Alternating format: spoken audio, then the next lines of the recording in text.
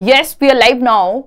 Hello friends, this is Imanshi and welcome to Let's Learn. सभी को good evening, नमस्कार, राम राम, सत श्री अकाल, अस्सलाम वालेकुम, what you feel connected with.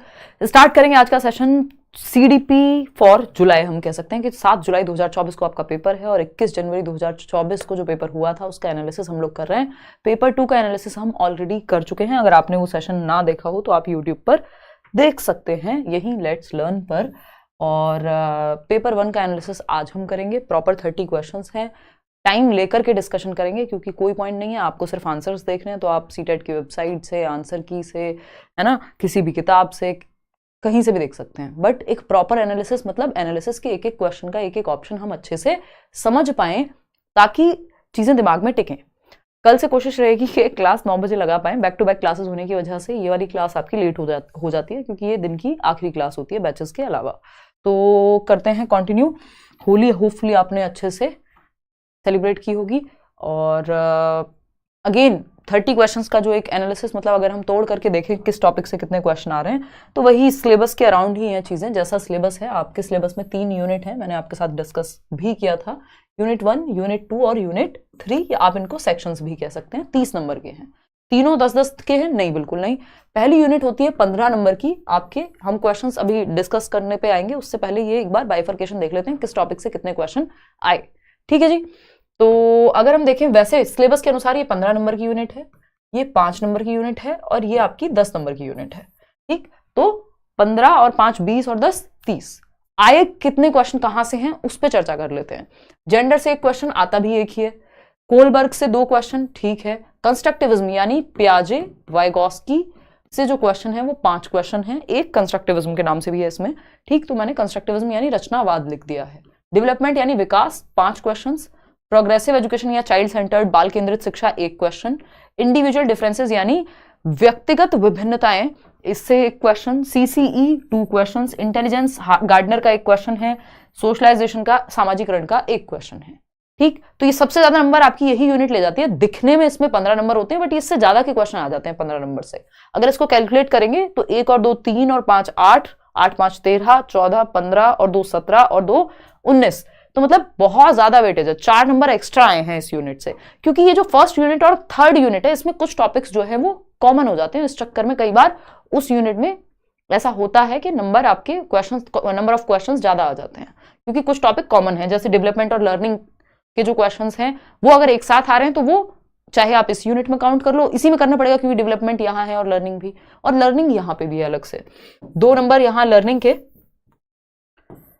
2 और 3 5 थिंकिंग, जैसे डाइवर्जेंट थिंकिंग, क्रिटिकल थिंकिंग, है ना। कॉग्निशन इमोशन 1, मोटिवेशन पे 2 क्वेश्चन। मोटिवेशन पे आई थिंक एक ही क्वेश्चन है, तो पेपर 2 में था। 3 और 2 5 और 1 6 और 2 8, यानी 2 नंबर यहाँ कमाए हैं। ठीक, और 1 नंबर उधर कहीं, तो कुछ ऐसा हुआ होगा 1 नंबर एक्स्ट्रा बन रहा है कि कोई एक क्वेश्चन 2 टॉपिक में या 2 यूनिट में कॉमन होगा, इसलिए वो आपको यहाँ नंबर ज्यादा नजर आ रहे होंगे।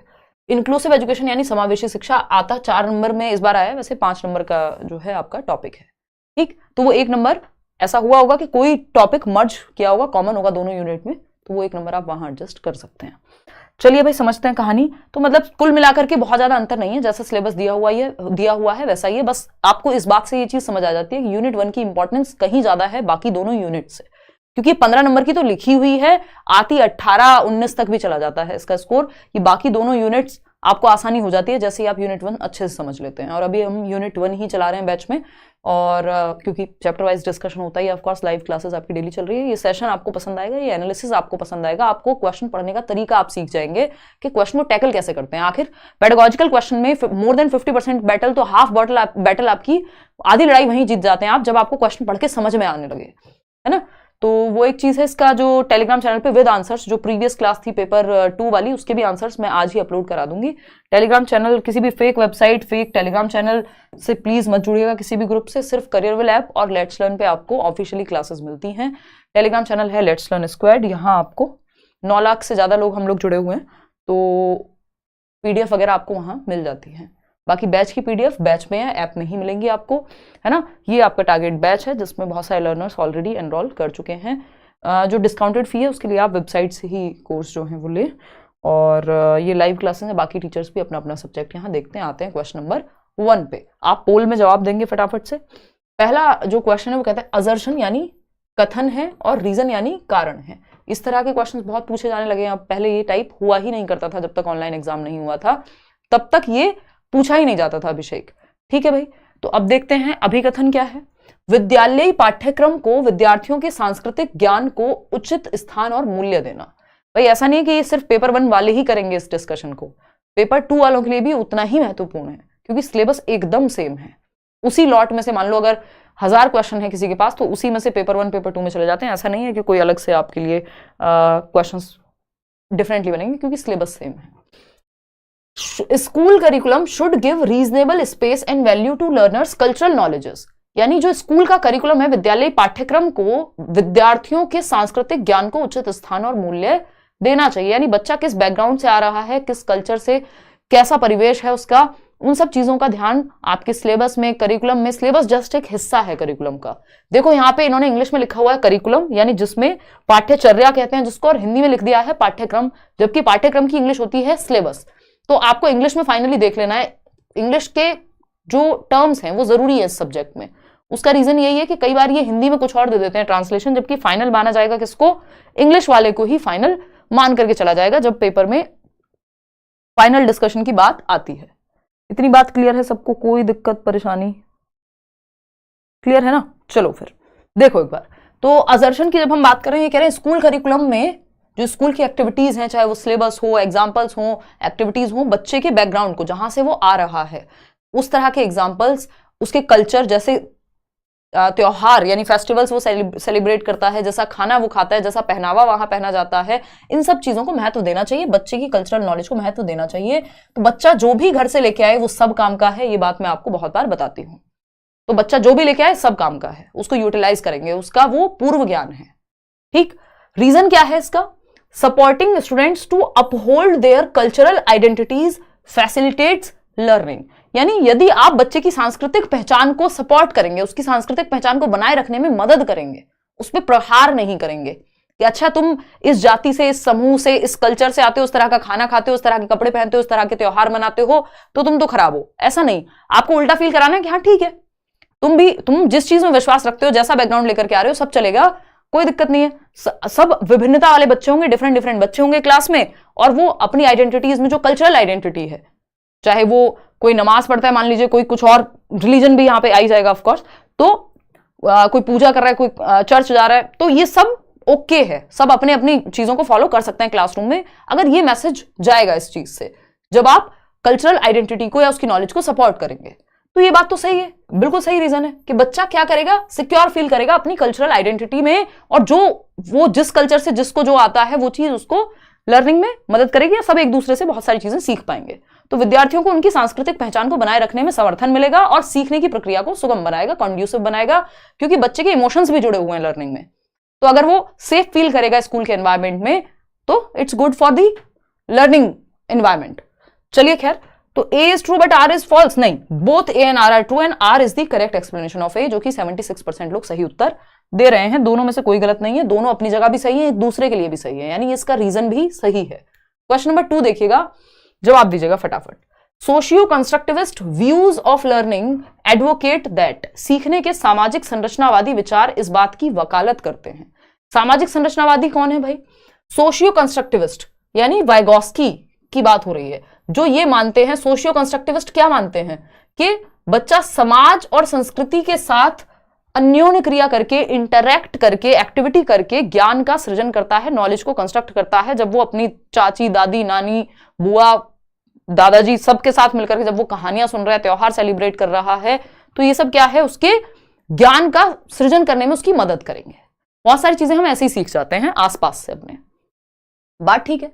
अभी क्या वकालत करते हैं देखते हैं। Effective learning is activated by lecturing and explaining. देखिए नाम ही है कंस्ट्रक्टिविस्ट, सोशियो कंस्ट्रक्टिविस्ट, यानी समाज यानी ग्रुप में सीखना, लोगों के साथ इंटरैक्ट करके, बातचीत करके सीखना। और ये क्या कह रहे हैं कि लेक्चरिंग एंड एक्सप्लेनिंग। अब लेक्चरिंग एंड एक्सप्लेनिंग में बच्चा एक्टिव नहीं होता, वहां पे सिर्फ वन साइडेड हो जाती है चीजें कि व्याख्या दे रहे हैं टीचर या कोई एक तरफा बात चल रही है, वहां बच्चा एक्टिव नहीं। जबकि कंस्ट्रक्टिविज्म में बच्चा एक्टिव मिलेगा। हमेशा सिंपल एक लॉजिक याद रखना है, जहां रचनावाद लिख गया मतलब बच्चा ज्ञान की रचना करता हुआ मिलेगा, यानी बच्चा सक्रिय मिलेगा, है ना। जबकि ये कह रहे हैं कि व्याख्यान देने से सक्रियता बढ़ती है, नहीं, बच्चे के एक्टिव होने से सक्रियता बढ़ती है, ना कि व्याख्यान देने से। बी ऑप्शन है effective learning takes place through the process of recall and rehearsal. ये एकदम खराब नेगेटिव वर्ड है, जब हम कीवर्ड्स करेंगे तो डिस्कस करेंगे। ये कह रहे हैं कि जो बढ़िया लर्निंग है, जो प्रभावी शिक्षण है, वो होता है जब आप रिकॉल करते हैं, 2 एकम 2, 2 दूनी 4, या आपने कुछ याद किया उसको याद कर रहे हैं, फिर से रिकॉल कर रहे हैं और रिहर्सल कर रहे हैं, प्रैक्टिस कर रहे हैं बार बार। इसको रटना कहते हैं, रोट लर्निंग में जाएगा, ये नॉलेज की कंस्ट्रक्शन में नहीं जाएगा, तो कंस्ट्रक्टिविज्म यानी रचनावाद में भी नहीं जाएगा। सी ऑप्शन है लर्नर्स रिसीव नॉलेज पैसिवली। बस जहां ये पैसिवली वर्ड आ गया तो वहां तो काम खत्म ही हो गया। बच्चे को तो एक्टिव रखना है, जिस ऑप्शन में बच्चा ज्यादा एक्टिव है वहां वो ज्यादा सीख रहा है, सिंपल बात। तो D option learners actively construct knowledge. शिक्षार्थी सक्रिय रूप से ज्ञान का निर्माण करते हैं जब वो क्लासरूम में ग्रुप एक्टिविटी कर रहे हैं, क्वेश्चन पूछ रहे हैं, डिस्कशन हो रहा है क्लासरूम में, है ना, कोई एक्टिविटी कर रहे हैं ग्राउंड में जाकर के, है ना, साथियों के साथ खेल रहे हैं, फील्ड ट्रिप पे आप लेके गए उनको, यानी बच्चा हमको एक्टिव चाहिए, वही ऑप्शन बेस्ट है जो बच्चे के पक्ष में है, जिसमें बच्चा सबसे ज्यादा एक्टिव है। और यही बात सोशियो कंस्ट्रक्टिविस्ट लोग भी कहेंगे। क्वेश्चन नंबर 3 देखिएगा, which of the following statements is not correct about learning. ध्यान रखिएगा नॉट लिखा हुआ है, और हम ये डिस्कस कर चुके हैं कि जहां नॉट लिखा हो, एक्सेप्ट लिखा हो, लीस्ट लिखा हो, सिवाय, नहीं, बजाय, इस तरह के शब्द अगर लिखे हुए तो उस क्वेश्चन को बहुत ध्यान से सॉल्व करना है। पूछा है अधिगम के बारे में, यानी लर्निंग के बारे में, सीखने के बारे में कौन सी एक बात सही नहीं है। पहला ऑप्शन है learning is facilitated by social action, यानी अधिगम सामाजिक क्रिया द्वारा सुसाधित या संसाधित होता है, यानी जब बच्चा ग्रुप एक्टिविटी करेगा तो बेहतर सीखेगा। बिल्कुल सही बात है, बच्चा एक्टिव है, यहां पे भी सही है। हमें सही नहीं चाहिए, हमें नॉट चाहिए।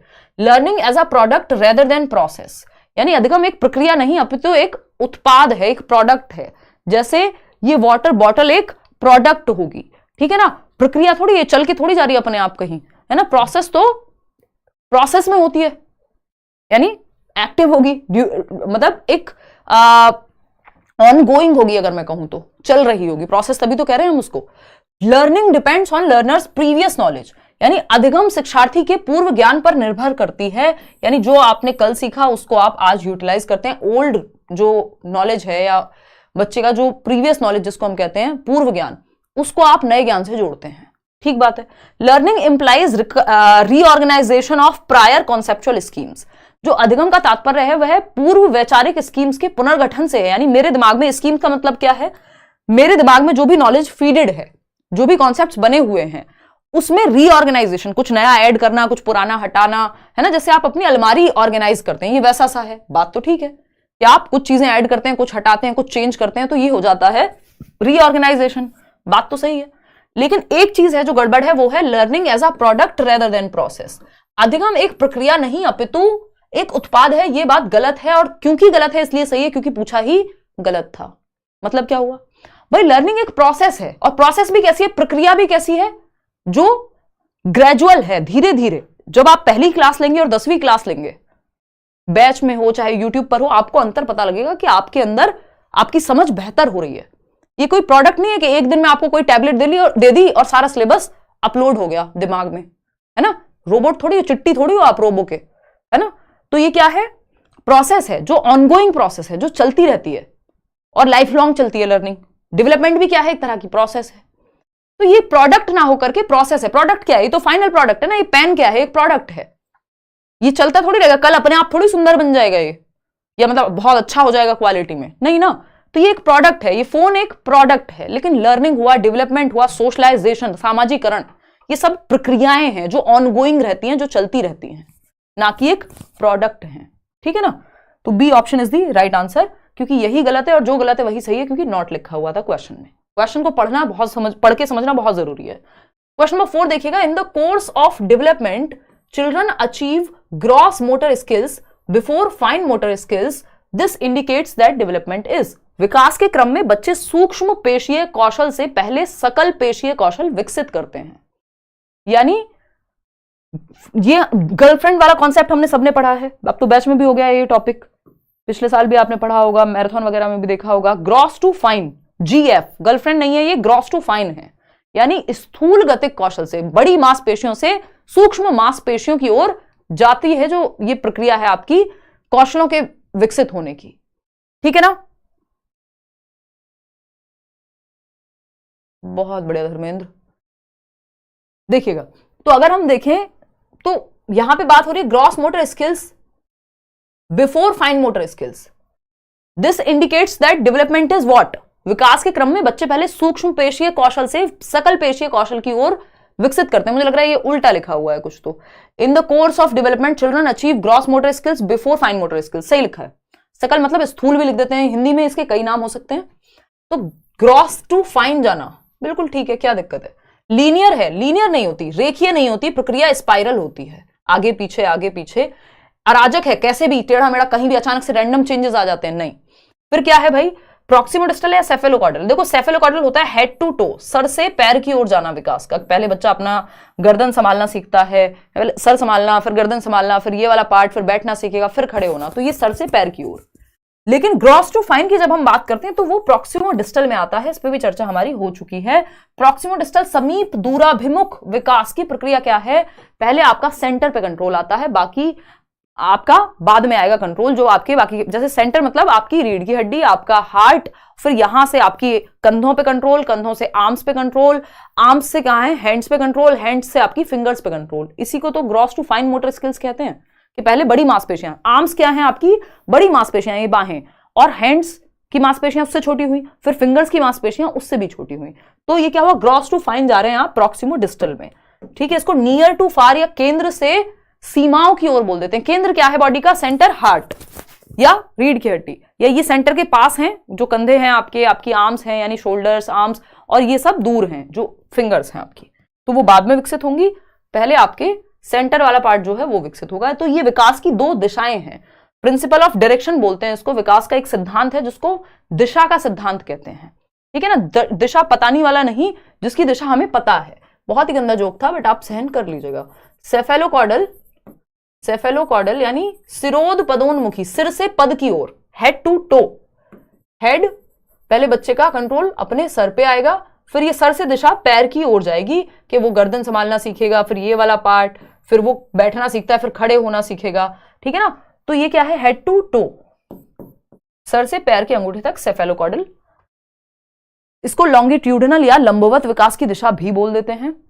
अगर मैं बात करूं यहां प्रॉक्सिमोडिस्टल की, जो दूसरी तरफ है, तो प्रॉक्सिमोडिस्टल में विकास जो शुरू होता है, विकास की प्रक्रिया, वो आपकी सेंटर से, ये आप देख रहे हैं सेंटर से, तो आर्म्स की तरफ जाएगा, है ना, फिर हैंड्स की तरफ, सेंटर से बाहर की ओर, तो नियर टू फार बोलते हैं इसको। नियर टू फार यानी केंद्र से सीमाओं की ओर, सेंटर टू पेरिफेरी भी बोल देते हैं, यानी सीमाओं की ओर। आपकी बॉडी की सीमाएं क्या है, आपकी उंगलियां जो है सीमाएं तो है, यहां पे खत्म हो रही है बॉडी, है ना।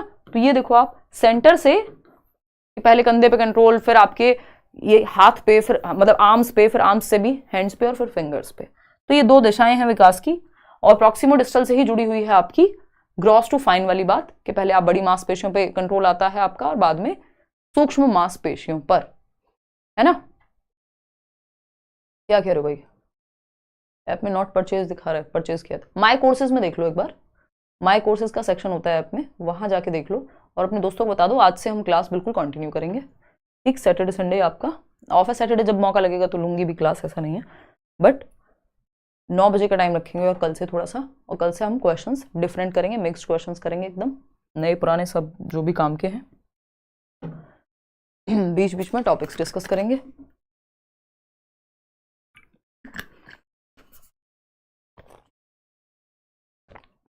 चलिए आगे बढ़ें, डी ऑप्शन देखते हैं। रीजनिंग यानी तर्क, थिंकिंग यानी सोचना चिंतन, प्रॉब्लम सॉल्विंग यानी समस्या समाधान, are explained in which aspect of development.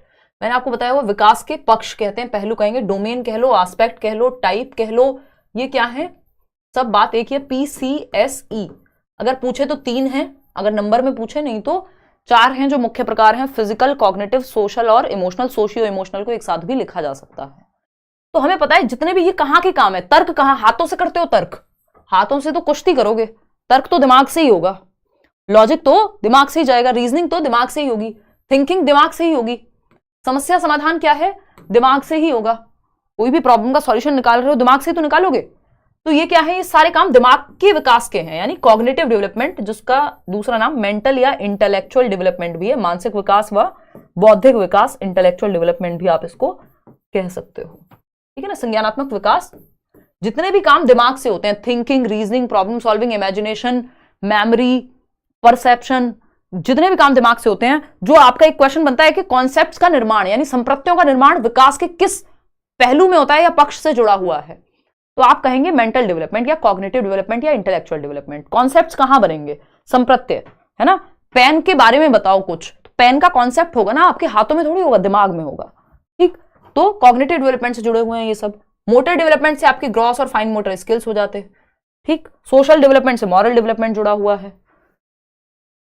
ये आपको पता ही, ये 4 पहलू हैं, 4 डोमेन हैं, ठीक। PCSE ये सब आपस में इंटर रिलेटेड भी हैं, फिजिकल, कॉग्निटिव, सोशल और इमोशनल डेवलपमेंट, ठीक। सोशल से जुड़ा हुआ है आपका मॉरल डेवलपमेंट, जिसको हम नैतिक विकास कहते हैं। समाज में तो जरूरत पड़ती है गलत सही की। कॉग्निटिव में जितने भी काम दिमाग से होते हैं, thinking, reasoning, problem solving, imagination, कल्पना, जिसको हम कह रहे हैं। फिजिकल डेवलपमेंट से मोटर डेवलपमेंट जुड़ा हुआ है। और आपकी लैंग्वेज किससे जुड़ी हुई होगी? भाषा। तो भाषा भी आपकी कॉग्निटिव यानी आपके दिमाग से ही तो जुड़ी हुई है ना। तो ये एक बात हो गई।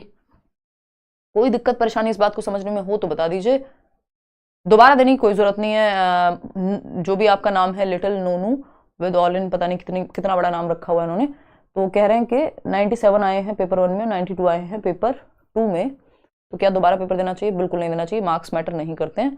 प्राइवेट में कहीं पूछ सकता है आपसे, अगर आपका इंटरव्यू बहुत अच्छा होगा तो हो सकता है वहां भी ना पूछें, तो वो आपकी इच्छा पे डिपेंड करता है। काम तो आपका कोई नहीं रुक रहा दोबारा दिए बिना, गवर्नमेंट जॉब में तो फर्क नहीं पड़ेगा। चलिए आते हैं, अगर हम देखें क्वेश्चन नंबर 6 पे, after getting out in the game due to the rope getting stuck in her leg while jumping, Aru says that the ropes deliberately got her out. At what stage of Jean Piaget's theory of cognitive development do children reason like this? बच्चों का तर्क reason like this, मतलब पियाजे ने किसकी बात की है? Cognitive development की, यानी आपके संज्ञान, आपके मेंटल यानी आपके मानसिक विकास की बात की है पियाजे ने, ठीक है ना। फर्स्ट टाइम वॉचिंग, बहुत बड़े शालिनी। रस्सी कूदते समय पैर में रस्सी फंस गई एक बच्ची के, और वो रस्सी फंसने के, रस्सी अटक जाती है ना, कई बार आप कूदते हैं बचपन में, आपने रस्सी कूदी होगी, स्किपिंग द रोप कहते हैं हम। तो अगर आउट हो गई बच्चे के बीच में, पैर में अटक गई वो रस्सी, क्यों? क्योंकि आप सही कोऑर्डिनेशन नहीं बना होगा आपके उछलने और रस्सी के उछालने में, समन्वय नहीं बना होगा, तो पैर में अटक गई। इसलिए थोड़ी कि रस्सी का मन कर रहा था कि आपके पैर में अटक जाती हूं और अटक गई, लेकिन बच्चों को लगता है ऐसा कि ये जान के अटकी है।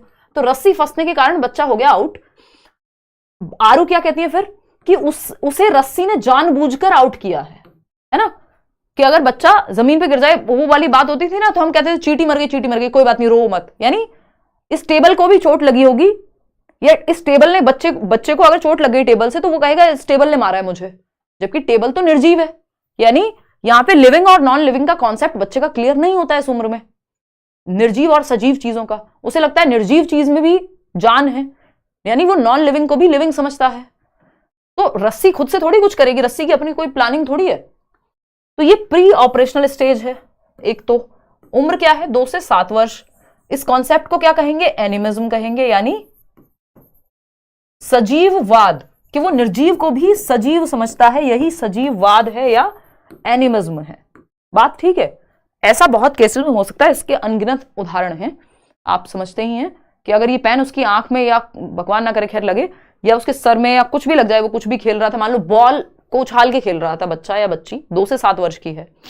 अब क्या हुआ, वो गलती से लग गई, क्योंकि वो पकड़ नहीं पाया सही समय पे, या जो भी है, आंख में लग गई मान लो, तो कहेगा इस बॉल ने मेरे को चोट लगाई है, जबकि बॉल तो निर्जीव है, बॉल थोड़ा ना सजीव है कि कोई जान के लगाएगी। तो पूर्व चलन अवस्था, ये इन्होंने हिंदी में दे दिया, इसलिए कहती हूँ इंग्लिश में आप टर्म्स को याद करिए, ये हमेशा बदलते रहते हैं हिंदी में टर्म्स। इसको वैसे पूर्व संक्रियात्मक अवस्था कहते हैं। पियाजे की 4 अवस्थाएं इसी सीक्वेंस में, SPCF से मैं याद रखने को कहती हूँ आपको, sensory motor, pre operational, concrete और फॉर्मल ऑपरेशनल। ठीक है जी। चलिए खैर क्वेश्चन नंबर 7 पे चलते हैं। एक और क्वेश्चन है प्रॉक्सिमो डिस्टल से, देखना डेवलपमेंट से क्वेश्चन काफी है ये पेपर 1 में। Proximo distal principal states that in infancy batch वालों को याद होगा, आज ही डिस्कस किया था। इन्फेंसी क्या है? जन्म से 2 वर्ष की अवस्था। समीपस्थ सिद्धांत कहता है कि शैशवावस्था में, कई लोग इसको जन्म से 5 वर्ष भी मानते हैं, यूपी टेट में है लेकिन वो आपके काम का, सी टेट में आपको जन्म से 2 वर्ष मान के चलना है। टॉय एज 3 से 6 वर्ष नहीं, तो अगर 1 नंबर लेके चलना है तो, नहीं तो टॉय एज आप जन्म से 2 को भी मान लेंगे कई लोग, और वो गलत भी नहीं होगा, लेकिन अगर आपको पेपर में नंबर चाहिए तो 3 से 6 वर्ष टॉय एज। देखिएगा, समीपस्थ सिद्धांत कहता है कि शैशवावस्था में यानी इन्फेंसी में development of language occurs rapidly as it is a sensitive period for development. जबकि मैंने आपको बताया sensitive period for language development कौन सा है? अर्ली चाइल्डहुड, पूर्व बाल्यावस्था। 2 से 6 वर्ष बहुत तेजी से फास्टेस्ट डेवलपमेंट होगा लैंग्वेज का, सबसे तेजी से भाषा का विकास होता है। संवेदनशील काल है, बच्चा जो भी आसपास से सुनेगा, कार्टून में देखेगा, सबको रिपीट करेगा। Physical development occurs rapidly with the development of the fine motor skills. सूक्ष्म गतिक कौशल के विकास के साथ शारीरिक विकास तेजी से होता है। यानी जो शारीरिक विकास है, तो ये बात तो गलत हो गई, वो तेजी से होगा with the development of fine motor skills. क्यों भाई? ग्रॉस मोटर स्किल अगर होगी बच्चे की तेजी से डेवलप, यानी उसके हाथ और पैर बड़े हो रहे होंगे। फाइन मोटर स्किल्स तो आपकी हैंड्स और आई का कोऑर्डिनेशन है, सूक्ष्म जो मांसपेशियां हैं आपके हाथों की और आपकी आंखों की, इससे थोड़ी ना पता लगता है कि शरीर कितना बढ़ रहा है, तो ये तो गलत हो जाएगा। The limbs continue to grow faster than the hands and feet. Development proceeds from head to to.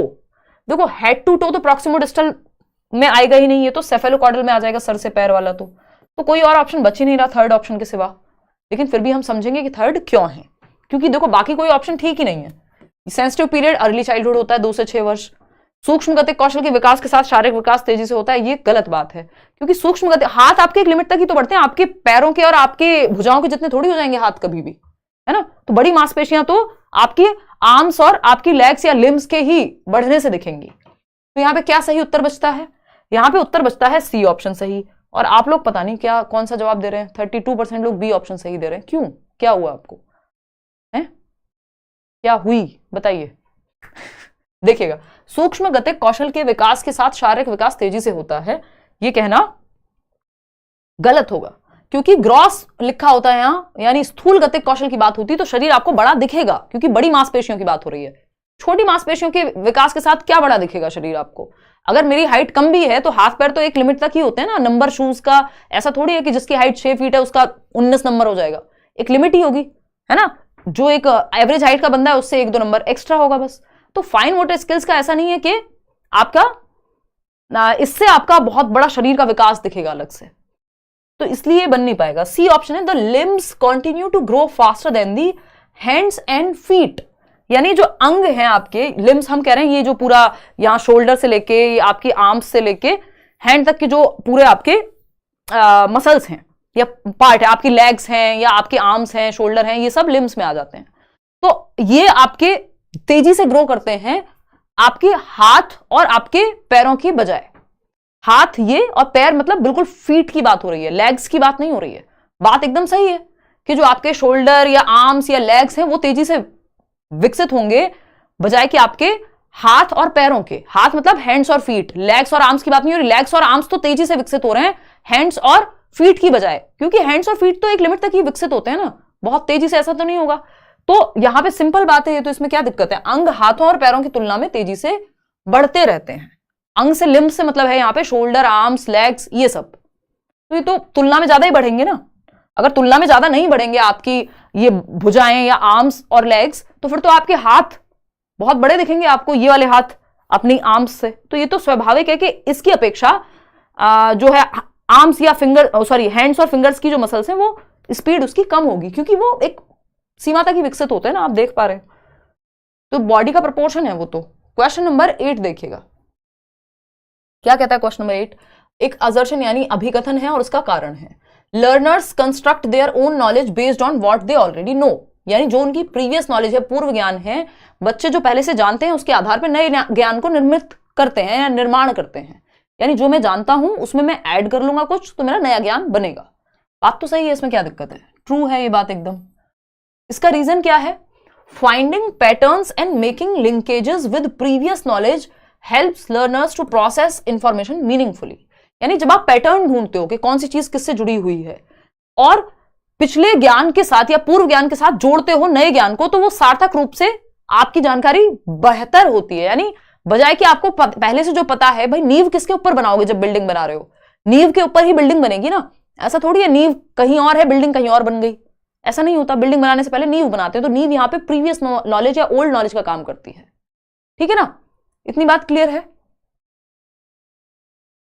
Madam अब मैं सीटेट पेपर 2 के लिए एलिजिबल हूं, क्या मुझे पेपर 1 पर स्टिक करना चाहिए या सीटेट पेपर 2 भी देना चाहिए? बिल्कुल दे दो, क्या दिक्कत है, उचित रहेगा। बिल्कुल सुमन, ये तो सोचने वाली बात ही नहीं है भाई। जो जो ऑप्शन आपके पास हो सकते हैं उनको बना के रखो। सरकारी नौकरी की जो तैयारी है उसमें ये तो दिक्कत एक है ही कि आप ऑप्शंस मत छोड़ो अपने, finding patterns and making linkages. इससे नुकसान क्या होगा पेपर 2 देने से? दो फटाफट से पेपर 2। ठीक है सुमन, चलिए जवाब दीजिए अब फटाफट से। तो ये बात भी सही है कि मीनिंगफुल लर्निंग होती है यदि आपको जो आता है उससे आपको जोड़ करके कुछ नया सिखाया जाए, तो वो अर्थपूर्ण लर्निंग होगी, रट्टाफिकेशन नहीं होगा, है ना। दो प्रकार की लर्निंग, मीनिंगफुल यानी अर्थपूर्ण, और एक है रोट लर्निंग यानी रट्टाफिकेशन। तो रट्टाफिकेशन से बचना है। रट्टाफिकेशन वो होगा जब आपको पहले से कुछ पता ही नहीं उस चीज के बारे में और ना नया बताया, बस रट लिया आपने जो भी नई चीज आई। जबकि मीनिंगफुल या अर्थपूर्ण अधिगम वो होगा जितना आपको आता है उसमें कुछ नया जोड़ा गया है, तो वो मीनिंगफुल है। तो both A and R are true and R is the correct explanation of A. चलिए एक और क्वेश्चन है असर्शन और रीजनिंग का। देखिएगा क्या पूछा है। असर्शन और रीजनिंग इस तरह क्वेश्चन टाइम लेते हैं, अभिकथन है और एक उसका कारण है। Childhood is experienced differently bye children across cultures. बच्चों द्वारा बचपन अलग अलग संस्कृतियों में अलग अलग तरह से अनुभव किया जाता है ना। हमारे यहाँ अगर हम बात करें, गुरुकुल की प्रथा थी, कहीं कुछ और तरह की प्रथा रही होगी। अगर हम अमेरिका की बात करें, यूरोप की बात करें, या आज भी इवन जो हमारे यहाँ हम जिस तरह से कह रहे हैं कि बचपन में ये काम बच्चों को करना चाहिए, है ना, या इवन आर्थिक स्थिति के हिसाब से भी बचपन का अनुभव डिफरेंट हो जाएगा। क्या एक अमीर परिवार का बच्चा वो सुबह ही अपना बॉटल लेके, है ना, वो याद कर लो कौन सी मूवी है, कभी खुशी कभी गम, तो एक बचपन उनका देख लो, एक अपना देख लो, आपको पता लग जाएगा कि अंतर है। बचपन एज सेम है बेशक, लेकिन बचपन का कॉन्सेप्ट डिफरेंट है। अलग अलग कल्चर और अलग अलग संस्कृति और घरों में अलग अलग तरह से आप बचपन को एक्सपीरियंस करते हो। ट्रू है ये बात। रीजन क्या है? चिल्ड्रंस डेवलपमेंट इज यूनिवर्सल, यानी बच्चों का विकास सार्वभौमिक होता है। आपको याद होगा आज शाम की क्लास में भी मैं बैच में जब डिस्कशन कर रही थी सीटेट की, तो बताया था आपको कि बच्चों का विकास यूनिवर्सल नहीं है, वो स्टेजेस ऑफ डेवलपमेंट यूनिवर्सल है। जो स्टेजेस हमने बनाई हुई है वो सार्वभौमिक है, एक तरह से सब जगह पे वही एज काम आएगी। लेकिन चाइल्डहुड अपने आप में या कोई भी बचपन का कॉन्सेप्ट या डेवलपमेंट विकास का कॉन्सेप्ट यूनिवर्सल नहीं है, उस पर आपकी सोसाइटी का कल्चर का प्रभाव पड़ता है। तो ये बात फॉल्स हो जाएगी, ये कल्चर से प्रभावित होगा। तो A is true but R is false, तो A option is the right answer over here. बात सही है नहीं? सी क्यों जवाब दे रहे हो? Both A and R are true. कौन से नशे हैं भाई ये? सी क्यों, आर क्यों ट्रू? बच्चों का विकास सार्वभौमिक है। बच्चों का विकास सार्वभौमिक नहीं है, बच्चों के विकास के चरण सार्वभौमिक हैं कि पहले बच्चा बच्चा होगा फिर वो बड़ा होगा। ऐसा नहीं है कि कोई बूढ़ा कल को बच्चा बन जाए, है ना। तो वो क्रम है, क्रम जो है वो सार्वभौमिक है, ना कि बच्चों का विकास ही सार्वभौमिक है। ये जो बचपन या विकास का जो संप्रत्य है वो अलग अलग संस्कृति में अलग अलग बनाया हुआ। कहीं पे एडोलेसेंस को यानी किशोरावस्था को सेलिब्रेट किया जा रहा है, कहीं पे उसको बहुत जिम्मेदारी की तरह देखा जा रहा है। तो अलग अलग स्थिति है। मैं आपको बहुत बार एग्जांपल देती हूँ कि आपके घर के बच्चे का बचपन और एक गरीब घर का बच्चा जो सड़क पे गुब्बारे बेचता है उसका बचपन एकदम डिफरेंट है, बेशक एज सेम हो। तो ये बचपन डिफरेंट हो गया है यहाँ पे। तो A is the right answer कि ए तो सही है बट आर जो इसका रीजन दिया है वो गलत है कि यूनिवर्सल है। 10 देखिए एक बार। असर्शन क्या है? In Lawrence Kohlberg's moral development theory children move from understanding consequences of acts to determine whether they are good or bad to understanding that rules and laws are flexible and can be changed। अब आप देख रहे हो कितने लेंदी questions पूछे जा रहे हैं, सिलेबस सेम है बट इतनी लंबी कहानी है पूरी एक क्वेश्चन में कि अगर आप स्पीड से पढ़ के आपने प्रैक्टिस इनफ नहीं की तो पेपर में दिक्कत आपको होने वाली है। ठीक है ना। तो लॉरेंस कोलबर्ग के नैतिक विकास सिद्धांत में बच्चे कार्यों को उनके परिणाम के आधार पर अच्छा या बुरा समझने से इस समझ पर पहुंचते हैं कि नियम और कानून नम्य है और बदले जा सकते हैं। यानी जो consequence of acts to determine whether they are good और बैड, यहां से कि अगर आपने गलत काम किया है तो आपको डांट पड़ेगी, डांट पड़ रही है तो इसका मतलब आपने कुछ गलत किया होगा। पनिशमेंट एंड ओबीडियंस से कहां पहुंच जा रहे हैं वो कि फ्लेक्सिबल है, जो लास्ट स्टेज है या लास्ट लेवल है वहां पहुंच जाने के नियमों को बदला भी जा सकता है। 5th स्टेज में जो बात होती है, तो ये बात ट्रू है। ऐसे ही बढ़ते हैं अलग अलग स्टेज में, शुरुआत यहां से हो रही है लेवल 1 से और लेवल 3 पे पहुंचेंगे। सही है। रीजन क्या? अब देख रहे हो आप इसको सॉल्व करने के लिए अगर आपका कॉन्सेप्ट क्लियर नहीं है आपसे ये क्वेश्चन सॉल्व नहीं होगा। कोलबर्ग की थियरी नहीं समझ में आई है, नहीं होगा सॉल्व। रीजन क्या है? लॉरेंस कोलबर्ग, अब पहले ये था कि वो 2 लाइन का क्वेश्चन 3 लाइन का क्वेश्चन दे दिया, वहां उतना गाढ़ा कॉन्सेप्ट चाहिए ही नहीं जितना इस तरह के क्वेश्चन में चाहिए। समझ पा रहे हो ना। तो Lawrence Kohlberg argues that moral development occurs progressively in stages, क्योंकि लॉरेंस कोलबर्ग ने कहा है कि नैतिक विकास क्रमिक रूप से चरणों में होता है। स्टेज 1 में इतना, फिर स्टेज 2 में ऐसे होगा, फिर 3rd में ऐसे होगा। यही बात तो कही है कि इस स्टेज से इस स्टेज पे आ गए आप, कि जब आपको लगता था कि जो काम का अगर कॉन्सिक्वेंस गलत है, डांट पड़ रही है, तो जरूर मेरे भाई या बहन ने या मैंने गलत काम किया होगा, जबकि ऐसा हो सकता है कि आपकी इंटेंशन गलत काम की ना रही हो। लेकिन वो बात समझने के लिए आपको धीरे धीरे नेक्स्ट स्टेज में जाना पड़ेगा। तो ये बात सही है कि उन्होंने कहा है कि डेवलपमेंट जो है वो प्रोग्रेसिवली धीरे धीरे स्टेजेस में होता है। इसका रीजन यही है। तो ट्रू है दोनों बातें, both A and R are true and R is the correct explanation, कोई दिक्कत नहीं है। ये तो आपने रट्टे भी लगा लिए मुझे लग रहा है इस वाले ऑप्शन के, तो कि इस तरह के क्वेश्चन में यही जवाब देना है चाहे पूछा कुछ हो, ऐसा नहीं करना है। क्वेश्चन नंबर 11 देखो, विच of the following statements about inclusive education, 5 number का टॉपिक है, सेकंड यूनिट, सेक्शन 2 कह सकते हो। तो समावेशी शिक्षा यानी एजुकेशन फॉर ऑल, सबके लिए शिक्षा, चाहे वो चिल्ड्रन विद स्पेशल नीड हो, यानी वो बच्चे जिनको विजुअली इंपेयर्ड है, देखने में दिक्कत है, मूक बधिर है, डेफ एंड डम है, सुनने में दिक्कत है, कोई और समस्या है, या गिफ्टेड बच्चा है, हर तरह का बच्चा एक ही क्लासरूम के अंदर बैठ के पढ़ेगा, ये है इंक्लूसिव एजुकेशन। तो समावेशी शिक्षा के बारे में कौन सी बात सही नहीं है, नॉट करेक्ट लिखा है, ध्यान से पढ़िएगा। एन इंक्लूसिव क्लासरूम जो सबको साथ लेके ना चले वही करेक्ट नहीं है। पहला ऑप्शन है an inclusive classroom accommodates differences in language styles and promotes collaboration, यानी समावेशी कक्षा भाषा शैली में अंतर को समायोजित करती है कि अलग अलग बच्चे अलग अलग भाषाएं बोलते होंगे, कोई दिक्कत नहीं है। तो ये तो पॉजिटिव बात है। हमें क्या चाहिए, नेगेटिव चाहिए कि कौन सा करेक्ट नहीं है। An inclusive classroom centres around fixed करिकुला and standard assessment, यही गड़बड़ हो गई क्योंकि फिक्स्ड नहीं, हमें चाहिए फ्लेक्सिबल, हमें रिजिड या फिक्स्ड नहीं, हमें फ्लेक्सिबल चाहिए सिस्टम एजुकेशन का, चाहे वो समावेशी शिक्षा हो, चाहे वो चाइल्ड सेंटर्ड एजुकेशन हो, यानी बाल केंद्रित शिक्षा हो, निश्चित पाठ्यचर्या और मानक मूल्यांकन नहीं, हमें फ्लेक्सिबल चाहिए, मूल्यांकन भी और पाठ्यचर्या भी, है ना। तो बी ऑप्शन सही होगा। ये नेगेटिव है, ये गलत है, जो गलत है वही सही है क्योंकि पूछा ही गलत है। इतनी बात क्लियर है। थर्ड ऑप्शन पढ़ें, क्लियर कराएंगे, डोंट वरी, अलग से कराएंगे उसको। कौन सा एग्जाम देने जा रहे हो भाई, फर्स्ट टाइम एग्जाम देने जा रही हूँ तो अभी या तो अगर आप बैच में हो तो इंतजार करो, अभी आएगी थियरी कोहलबर्ग की, अच्छे से डिस्कस करेंगे। यूट्यूब पे भी अलग से टॉपिक के क्वेश्चंस मैं कराऊंगी, ठीक है ना, मैराथन से देख लो। सी ऑप्शन है inclusive teaching means teaching in ways that do not exclude, बच्चे को बहिष्कृत ना करें कि नहीं हम इसको नहीं पढ़ाएंगे या तुम्हें नहीं पता, इंक्लूड करें सबको, सही बात है। Inclusive teaching means adopting pedagogies that support needs of all learners, यानी ऐसे शिक्षा शास्त्र को अपनाना जो सभी बच्चों की आवश्यकताओं को का समर्थन करता हो। ये बात भी सही है, एजुकेशन फॉर ऑल सबको साथ लेके चल रहे हैं, बस एक ही ऑप्शन है जो फ्लेक्सिबल नहीं है और वही गलत हो गया।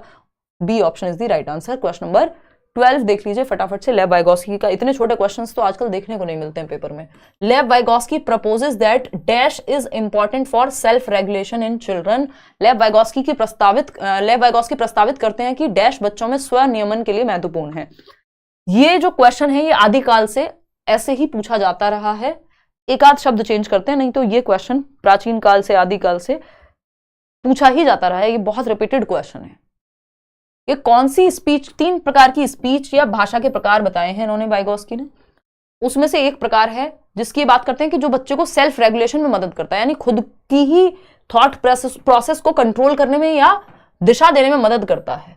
वो कौन सा प्रकार है? अडेप्टेशन, ऑर्गेनाइजेशन, ये तो पियाजे के कॉन्सेप्ट है, यहाँ वाइगोस्की पूछ रहे हैं। डिसइक्विलिब्रियम, ये तो इतना आसान क्वेश्चन है, इसमें तो कुछ ना भी पता हो, आपको बस इतना पता हो कि ये पियाजे के हैं और सिर्फ वाइगोस्की के बारे में तो यही बात सही है यहाँ कि इनर स्पीच ही बचा हुआ है ना। वैसे तो अगर ये देखा जाए तो ये प्राइवेट स्पीच होना चाहिए था कायदे में, लेकिन इनर स्पीच भी मतलब क्योंकि बच्चा खुद को ही डायरेक्शन दे रहा है तो इनर स्पीच के द्वारा भी सेल्फ रेगुलेशन संभव है, तो कोई दिक्कत नहीं है कि डी ऑप्शन यहाँ पे गलत हो। तो इसलिए कई बार हमें ऑप्शंस के हिसाब से जाना पड़ता है। क्वेश्चन नंबर 13 देख लीजिए फटाफट से। ये क्या कहता है? एज पर जीन पियाजे की थियरी के अनुसार, जो उनकी संज्ञानात्मक विकास यानी कॉग्निटिव डेवलपमेंट यानी मानसिक विकास, दिमाग के विकास की थियरी है, which of the following ability distinguishes concrete operational thinking from pre operational thinking.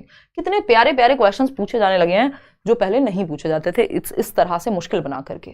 तो पियाजे के अनुसार कौन सी क्षमता मूर्त संक्रियात्मक सोच को पूर्व संक्रियात्मक सोच से अलग करती है? मूर्त संक्रियात्मक यानी कॉन्क्रीट ऑपरेशनल होता है 7 to 11 ईयर्स और पूर्व यानी प्री ऑपरेशनल होता है 2 से 7 वर्ष। तो ये 2 से 7 वर्ष, देखो पहले क्या लिखा है, कॉन्क्रीट ऑपरेशनल, यानी 7 से 11 वर्ष की थिंकिंग को अलग करने वाली 2 से 7 वर्ष यानी SPCF, sensory motor pre operational, concrete और फॉर्मल ऑपरेशनल। सिंपल क्वेश्चन है, प्री ऑपरेशनल से कॉन्क्रीट ऑपरेशनल स्टेज को अलग करने वाली कौन सी एक थिंकिंग प्रोसेस है? हाइपोथेटिको रीजनिंग, जबकि हाइपोथेटिको रीजनिंग कहां आती है? ये फॉर्मल ऑपरेशनल में है ना। और पूछा क्या है? पूछा है कॉन्क्रीट और प्री ऑपरेशनल में, PC के बीच में पूछा है, तो F का तो यहां कोई संबंध ही नहीं है। ऑब्जेक्ट परमानेंस ये सेंसरी मोटर में आता है, तो इसका भी कोई यहां लेना देना नहीं है। कोऑर्डिनेशन ऑफ सेंसेस, तो सेंसेस की कहानी तो पहली स्टेज में ही आती है सेंसरी मोटर में, तो बचा क्या? डिसेंटरिंग। ये डिसेंटरिंग का ही कॉन्सेप्ट है जो प्री ऑपरेशनल और कॉन्क्रीट ऑपरेशनल यानी पूर्व संक्रियात्मक और संक्रियात्मक मूर्त संक्रियात्मक के बीच में रिलेशन एस्टैब्लिश करेगा। विकेंद्रीकरण, विकेंद्रीकरण क्या है कि आप 200 ml पानी को एक छोटे मग में डालिए, चाहे एक लंबे बर्तन में या बॉटल में डाल दीजिए, वो 200 ml ही रहेगा, ऐसा नहीं है कि वो बदल जाएगा। तो यानी शेप और साइज के चेंज होने से क्वांटिटी में परिवर्तन नहीं आता। आप छोटे मग से इस बॉटल में डालिए, जितना पानी उतना ही रहेगा। 200 ml है तो 200 ml ही रहेगा। दिखने में शक्ल चेंज हो गई बर्तन की, उससे कुछ नहीं है। तो बच्चा डिसेंटर कर पा रहा है एक ही, यानी वो ये नहीं सेंटर्ड नहीं है, यानी केंद्रित नहीं है उसका ध्यान इस बात पे कि उसका थॉट कि इसकी हाइट ज्यादा है तो यही, जैसे होता है ना बचपन में, आप देख लो जिसकी हाइट ज्यादा है बच्चों को लगता है वही बड़ा होगा भाई, जबकि आपके पिताजी की हाइट आपसे कम हो सकती है एक टाइम के बाद, लेकिन आपको पता है ना पिताजी ही बड़े रहेंगे, आप तो नहीं हो जाएंगे। तो ये क्या है, क्योंकि बच्चे का ध्यान एक ही कैरेक्टरिस्टिक पे फोकस्ड रहता है। उसका ध्यान या तो रंग पे है किसी चीज के, तो रंग पे ही है, अगर लेंथ पे है तो लेंथ पे ही है। वो ये नहीं सोच पा रहा है इसकी चौड़ाई ज्यादा है, बेशक उसकी लंबाई ज्यादा हो। तो वो डिसेंटर कर पाता है कब, कॉन्क्रीट ऑपरेशनल में 7 से 11 में ये एबिलिटी आ जाती है, जबकि प्री ऑपरेशनल में नहीं आती, तब सेंट्रेशन का गुण रहता है। यही चीज डिफरेंस क्रिएट करती है दोनों स्टेजेस में। क्वेश्चन नंबर 14 देखिएगा, which of the following types of questions can help assess a students ability to evaluate information critically. अब ये क्वेश्चन भी आदिकाल से आता है, हालांकि जो क्रिटिकल थिंकिंग है उसकी जो वैल्यू बढ़ी है वो नेशनल एजुकेशन पॉलिसी के एनईपी 2020 के आने के बाद से बढ़ी है। लेकिन इस तरह का question, critical thinking based question जमाने भर से आता है, यानी सीटेट में पता नहीं कब से पूछा जाता है। ठीक है ना। करेक्शन के टाइम पे आई थिंक कर पाओगे groovy, I am not sure कि वहां पे 2 चीजों में चेंज की मनाही ही थी, तो एक बार आप देख लेना, वो सीटेट वाला जो वीडियो बनाया था उसको देख लेना, उसमें मैंने बताया हुआ है, देखो एक बार। तो अगर हम बात करें क्रिटिकली, निम्न में से किस प्रकार के प्रश्न एक छात्र की जानकारी का गंभीर रूप से मूल्यांकन करने की योग्यता का आकलन करने में मदद करता है, यानी किस तरह का क्वेश्चन पूछे कि बच्चे के जो क्रिटिकल थिंकिंग है, क्रिटिकल थिंकिंग का मतलब क्या है, सिर्फ बुराइयां नहीं करना कि हाय रे आपने बिहार पे वीडियो तो बनाया नहीं था, जब कैंसिल हुआ तो आप बनाने आ गए, ये कोई क्रिटिकल थिंकिंग नहीं है, ये सिर्फ बुराई है, इसमें आलोचना है ही नहीं, क्योंकि लॉजिक समझा ही नहीं जिसने भी ये बात कही। भाई अगर मैं 10-12 दिनों से एक्टिव ही नहीं थी उस दौरान, और बाद में मैं सिर्फ सीटेट पे ध्यान गया क्योंकि मैं उस टाइम पे एक्टिव नहीं थी, है ना, तो बहुत सारे इसमें क्रिटिकल थिंकिंग में कई सारे पहलू शामिल होते हैं। ये नहीं बस सीधा किसी ने कहा अच्छा इसकी बुराई कर दो, जाके बुराई कर दी, ये बुरा बोल दिया, ये क्रिटिकल थिंकिंग नहीं है। क्रिटिकल थिंकिंग में आप फैक्ट्स देखते हैं, आप अलग अलग डिफरेंट एस्पेक्ट देखते हैं किसी चीज के, डेटा देखते हैं, अलग अलग पक्ष से सोचते हैं। सोचने बेसिकली आपके दिमाग पे जोर पड़ता है, आप सोचते हैं प्रॉपर। ठीक, तो सोच को जागृत करने वाला कौन सा क्वेश्चन होगा? पहला ऑप्शन है questions that ask for examples that validate the text. वे प्रश्न जो पाठ को मान्य करने वाले उदाहरणों के लिए पूछते हैं, यानी ऐसे examples, questions that ask for examples that validate the text, यानी कि एग्जांपल दे दो जो चैप्टर आपने पढ़ा है उसका, तो उसमें क्रिटिकल थिंकिंग लगेगी या सिर्फ अंडरस्टैंडिंग से काम चल जाएगा, है ना रानी पांडे। तो अगर आपसे पूछा जाए प्याजे की स्टेजेस के नाम बताओ या उदाहरण दे दो, तो उसमें क्रिटिकल थिंकिंग क्या लगी? आपने अपने दिमाग पे क्या जोर डाला, जो आपने समझा है वो बता दिया, या जो याद किया वो बता दिया।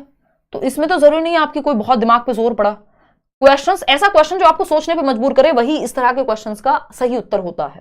Questions that ask for a summary of text, तो समरी ऑफ टेक्स्ट में भी आपकी अंडरस्टैंडिंग ज्यादा काम आती है, बजाय कि आपकी क्रिटिकल थिंकिंग। कोई बहुत डीप में नहीं चले जाते आप समरी बताने के लिए। आप कोई मूवी देख के आए, उसकी स्टोरी बता रहे हैं किसी को, तो क्या आपने बहुत अपने दिमाग के सारे घोड़े दौड़ा दिए, सारी चिंतन प्रक्रिया हो गई? नहीं, जो आप देख के आए आप उसको छोटे रूप में बता दे रहे हैं, यानी आपकी अंडरस्टैंडिंग ठीक थी।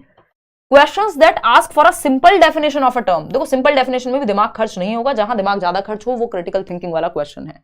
Questions that ask for the students personal opinion, अगर आपको पूछा जाए आपको एनिमल मूवी कैसी लगी, और कैसी लगी तो क्यों लगी, आपकी व्यक्तिगत राय क्या है ना, आप इस मुद्दे पर क्या सोचते हैं, इसमें होता है सर में दर्द, क्योंकि आप सारे पहलुओं पे सोचते हैं, और जिस क्वेश्चन में सर में दर्द होगा वो क्रिटिकल थिंकिंग वाला क्वेश्चन है, यानी सोचने पे मजबूर करे जो आपको। तो D option is the only right answer. Question number 15 देखिएगा। क्वेश्चन नंबर 15 देखिए, विच of the following aptly defines relationship between cognition and emotion, यानी दिल और दिमाग के बीच के संबंध को कौन बेहतर तरीके से दर्शाता है संज्ञान एवं भावनाओं के बीच। कॉग्निशन एंड इमोशन 1 नंबर का टॉपिक है, हमेशा एक क्वेश्चन आता ही है, आता रहा है, आता रहेगा, ठीक है ना। पहला ऑप्शन है cognition influences emotions but reverse is not true, यानी संज्ञान, यानी दिमाग तो भावनाओं को प्रभावित करता है, लेकिन भावनाएं दिमाग को प्रभावित नहीं करती। अगर आप पेपर देने जाते हुए बहुत ज्यादा कॉन्शियस हैं, बहुत डरे हुए हैं, फियर है, पापा ने कहा घर पे आए और पेपर क्लियर नहीं हुआ तो फिर दूसरा घर ढूंढ लेना बेटा, तो ये क्या है, आप बहुत स्ट्रेस में हैं, है ना, या उसने कह दिया कि भाई क्या ब्रेकअप हो जाएगा अगर ये वाला पेपर क्लियर नहीं हुआ, और आप इस चीज के बहुत ज्यादा स्ट्रेस में हैं, इमोशनली आपने इसको बहुत फियर ले लिया इस चीज का, तो क्या जो आपको आता है वो आप ठीक से पेपर में कर पाएंगे? नहीं।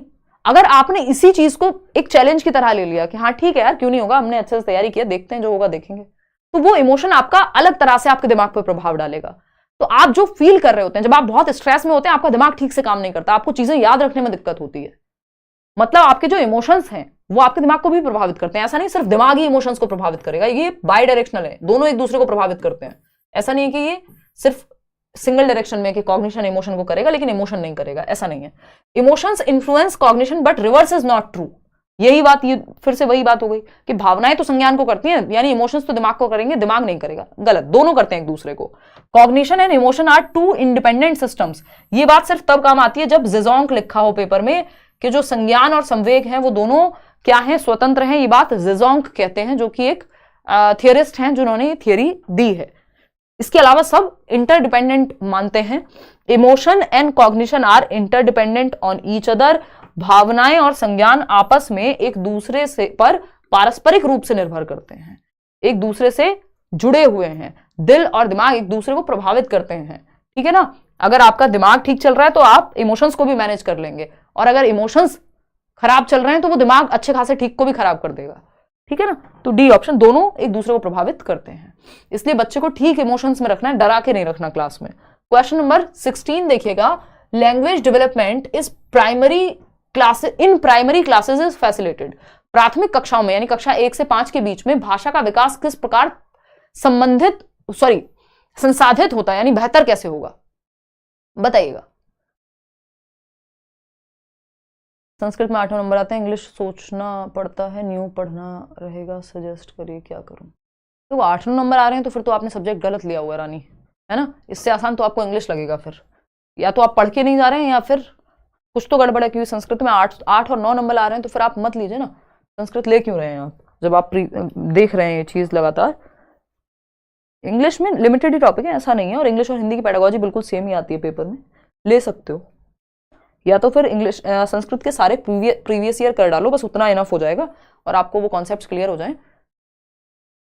प्रीवियस ईयर में भी फिर आप पैसेज सॉल्व करना सीखो, इसका मतलब आपका पैसेज बहुत गड़बड़ हो रहा है, पेडागोजी तो आप फिर भी कर लेते हो। नसीबा, अगर कोर्स खरीद के भी दिक्कत आ रही तो एक व्हाट्सएप क्वेरी नंबर है, मैं अभी दूंगी थोड़ी देर बाद, करियर बिल का। और दूसरी बात, आप माय कोर्सेज में एक बार चेक करना, ठीक है ना। चलो भाई आ जाओ, you are wonderful, thank you जी। कोमल इधर आ जाओ, बहुत तारीफें हो गई, इतनी तारीफों से आंसू आ जाएंगे मेरे। प्राथमिक कक्षाओं में भाषा का विकास किस प्रकार संसाधित होगा या बेहतर होगा। पहला ऑप्शन है when teachers ignore and dismiss the mother tongue of the children, यानी जब शिक्षक बच्चों की मातृभाषा जो वो घर से बोलना सीख करके आए हैं, जो उन्होंने अर्जित की है, सीखना भी गलत होगा, अर्जित की है, यानी अपने एनवायरमेंट से रिसीव कर ली है, प्राप्त कर ली है मातृभाषा। मातृभाषा जो भी आपने, जैसे मेरे लिए हिंदी हो सकती है या आपकी कोई क्षेत्रीय भाषा हो सकती है, तो ये क्या होगा, मातृभाषा की अवहेलना और उपेक्षा नहीं कर सकते, मातृभाषा को एक्सेप्ट करना है, स्वीकार करना है। को लैंग्वेज फॉर्मूला हो, कोई भी ऐसा फॉर्मूला नहीं है जो मातृभाषा को इग्नोर करने या डिसमिस करने की बात करे, तो इससे तो दिक्कत हो जाएगी। इससे कौन सा लैंग्वेज डेवलपमेंट सुसाधित होगा, फैसिलिटेट थोड़ी होगा, हेल्प थोड़ी मिलेगी लैंग्वेज डेवलपमेंट में। जबकि हम ये जानते हैं, रिसर्च कहती है कि मदर टंग जो है लैंग्वेज डेवलपमेंट में हेल्प करती है, अगर मदर टंग में शिक्षा दी जाए।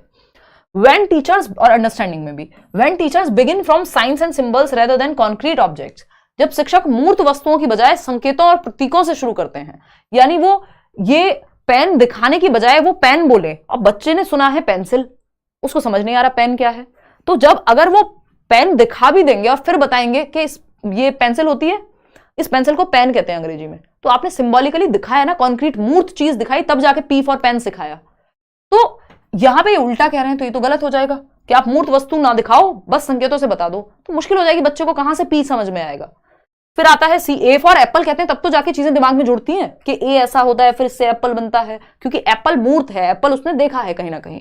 तो when teachers use concrete examples to refer to abstract concepts, ये बात एकदम सही है, जब शिक्षक अमूर्त अवधारणाओं को संदर्भित करने के लिए ठोस उदाहरणों का उपयोग करेंगे, यानी वो चीजें जो सामने नहीं है या जिनको बच्चा नहीं समझता है अभी, उनको जोड़ देंगे मूर्त चीजों से जिनको टच और फील किया जा सकता है। ए फॉर एप्पल बोलेंगे तो इस ए यहाँ पे एब्स्ट्रैक्ट हो सकता है बच्चे के लिए कि उसको नहीं पता ए क्या होता है, लेकिन एप्पल तो कॉन्क्रीट है, तो वो दोनों को साथ में जोड़ देगा। Stress upon enforce the use of formal language. Formal language होती है बहुत ही औपचारिक भाषा, बिल्कुल ऑफिस वाली लैंग्वेज बोलिए नहीं, अभी तो बच्चा खेलकूद में सीखेगा। तो C option is the right answer. आगे बढ़ेंगे, क्वेश्चन नंबर 17 देखिएगा फटाफट से। क्या कहता है भाई, according to attribution theory of motivation which of the following is more likely to result in persistent effort and improved performance। यानी अभिप्रेरणा के आरोपण सिद्धांत है ना, कि एट्रीब्यूशन मतलब क्या है, एट्रीब्यूट कौन रीजन है आपके फेलियर का या सक्सेस का, एट्रीब्यूट किसको करेंगे। तो अभिप्रेरणा के आरोपण सिद्धांत के अनुसार निम्नलिखित में से किससे लगातार कोशिश और बेहतर प्रदर्शन की संभावना है।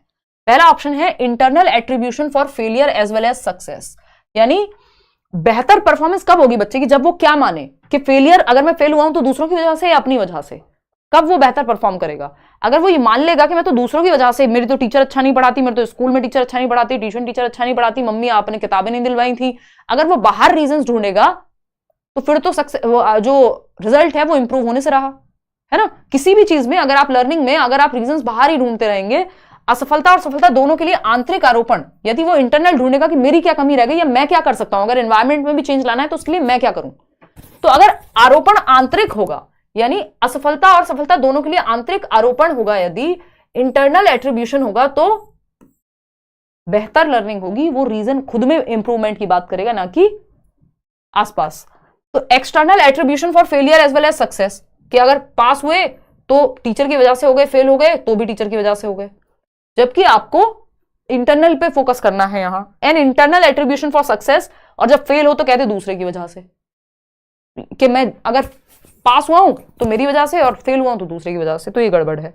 An external attribution for success and internal attribution for failure, यानी सक्सेस के लिए बाहरी चीजों को अपनाना और सफलता, उसके लिए असफलता के लिए आंतरिक आरोपण, तो ये भी गलत है एक तरह से, क्योंकि आपने मेहनत की नहीं होती तो टीचर भी कैसे क्या ही कर देगा, टीचर पेपर में थोड़ी ना दे आएगा पेपर जाकर के, ठीक है ना। तो आपकी मेहनत तो होती ही है। जब हम टॉपर्स का इंटरव्यू लेते हैं हमेशा यही बात करते हैं, भाई अगर व्यक्ति की मेहनत नहीं होगी तो और भी कई हजार लोग होते हैं बैच में। A option is the right answer. Question number 18 देखिए, क्वेश्चन नंबर 18 देखिए, inclusion of students belonging to disadvantaged groups demands. यानी जो बच्चे वंचित वर्गों से आते हैं, यानी किसी जाति समूह या सांस्कृतिक रूप से पिछड़े हुए हैं, है ना, या अलाभान्वित हैं, वंचित रहे हैं किसी भी आधार पे, चाहे उनको सुविधाएं नहीं मिली, चाहे वो उनकी जाति के लोगों को ठीक से नहीं व्यवहार किया जाता समाज में, आर्टिकल 15 आपने देखी होगी, तो वो वर्ग कैसा हो गया, वंचित हो गया, क्योंकि उनको समान अवसर नहीं मिले, इक्वल अपॉर्चुनिटीज, इक्वल ट्रीटमेंट नहीं मिला। तो वंचित वर्ग के बच्चे को कैसे आप इंक्लूड करेंगे क्लासरूम में। Isolation in the classroom on the basis of social affiliation, कि भाई तुम फलानी जाति फलाने समूह से आते हो, तुम अलग बैठो, जैसे पहले हुआ भी करता था कि अछूत मान लिया किसी को, तो ये एकदम खराब तरीका है। इसको आइसोलेट नहीं करना, अलग नहीं करना, ये गलत हो जाएगा। Same ability grouping for students in the class, ये भी मैंने आपको बताया, अगर आपको एबिलिटी ग्रुपिंग करनी भी पड़े तो कैसे करेंगे, डिफरेंट, यानी मिक्स्ड एबिलिटी ग्रुपिंग करिए। सेम नहीं कि जिन बच्चों को मैथ्स आता है उनको एक साथ बैठा दिया, जिनको हिंदी आती है उनको एक साथ बैठा दिया, तो फिर आपस में एक दूसरे से कहां सीख पाएंगे वो कुछ। अगर आप सबको मिक्स्ड बिठाएंगे तो वो बेटर है, तो ये भी गलत हो गया। Awareness and sensitisation towards diverse traditions, विविध परंपराओं के प्रति जागरूकता और संवेदनशीलता को बढ़ावा यदि हम देंगे तो बच्चों को इंक्लूड कर पाएंगे, कि हम बाकी बच्चों को भी इस चीज के प्रति अवेयर कराएं कि भाई अलग अलग, हम सभी अलग हो सकते हैं, विभिन्नता में एकता वाली बात अगर हम समझाएंगे तो लर्निंग बेहतर हो पाएगी। उन बच्चों को भी हम इंक्लूड कर पाएंगे जिनको समाज में अलग थलग मान लिया गया था किसी भी आधार पर, चाहे वो उनकी आर्थिक स्थिति, यानी कि वो गरीब हैं, या फिर किसी ऐसी जाति समूह से आते हैं जिसको समाज ने माना है कि नहीं भाई इनको तो अलग ही रहना। Only right answer over here. पता नहीं भाई बफरिंग क्यों होती है, ये नहीं समझ आता हमें तो अब।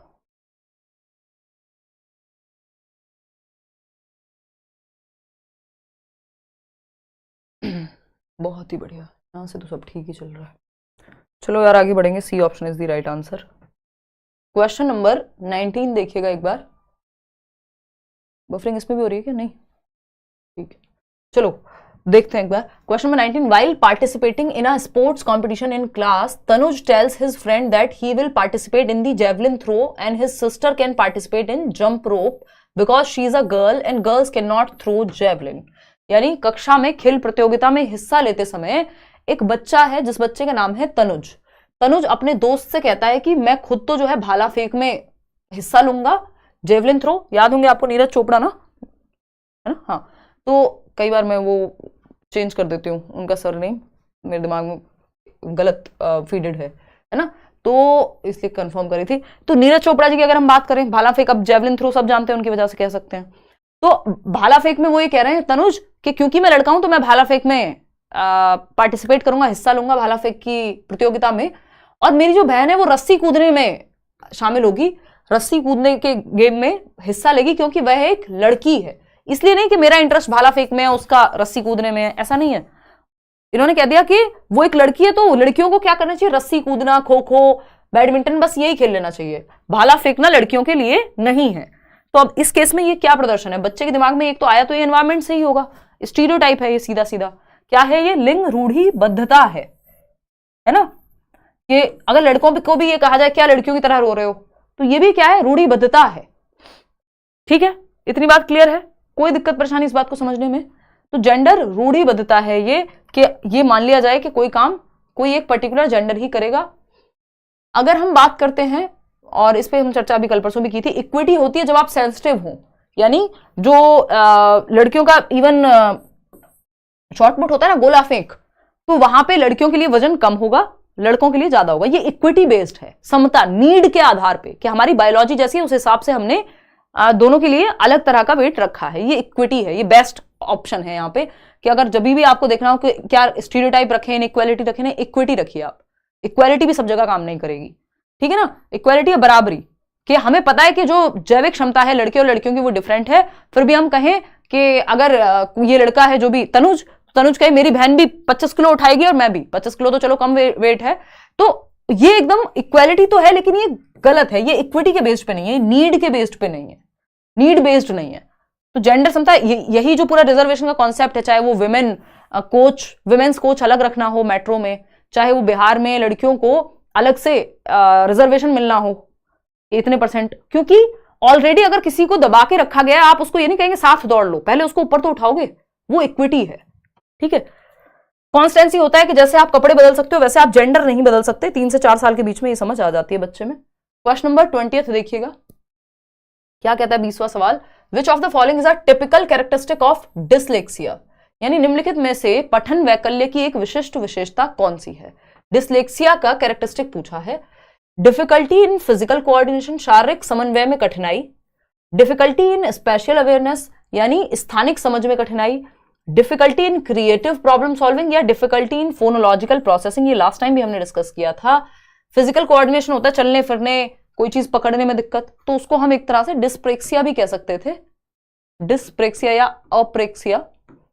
स्पेशल अवेयरनेस के लिए अलग से हमने अभी कोई टर्म हम यूज करते नहीं है। क्रिएटिव प्रॉब्लम सॉल्विंग, ये दोनों काम के नहीं है। Difficulty in phonological processing, last class में जब हम पेपर 2 डिस्कस कर रहे थे, क्योंकि टॉपिक सेम है इसलिए आपको दोनों ही पेपर के क्वेश्चंस करने चाहिए, भले ही आप एक पेपर देने जा रहे हो।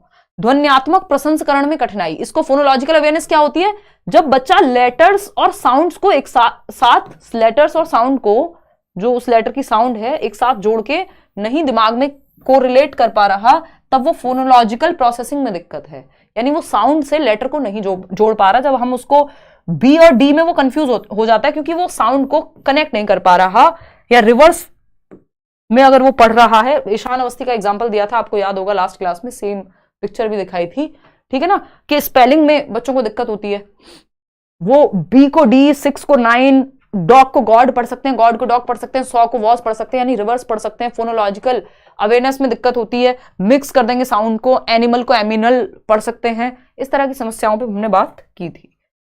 क्वेश्चन नंबर 21 देखिए, रीडिंग डिसऑर्डर है बेसिकली डिसलेक्सिया। क्वेश्चन नंबर 21 देखिए, problem solving is fostered by, यानी समस्या समाधान को कैसे बढ़ावा मिलेगा। ये प्रोग्रेसिव एजुकेशन वाला जब टॉपिक हम करते हैं, और बैच में हम कर भी चुके हैं, है ना, तो निम्नलिखित में से कौन सा कारक समस्या समाधान को बढ़ावा देता है, यानी प्रॉब्लम सॉल्वर बनेगा बच्चा, कोई समस्या उसके सामने आएगी तो वो सॉल्व कर पाएगा, इस चीज को बढ़ावा कैसे मिलेगा ये पूछा है, बताइए।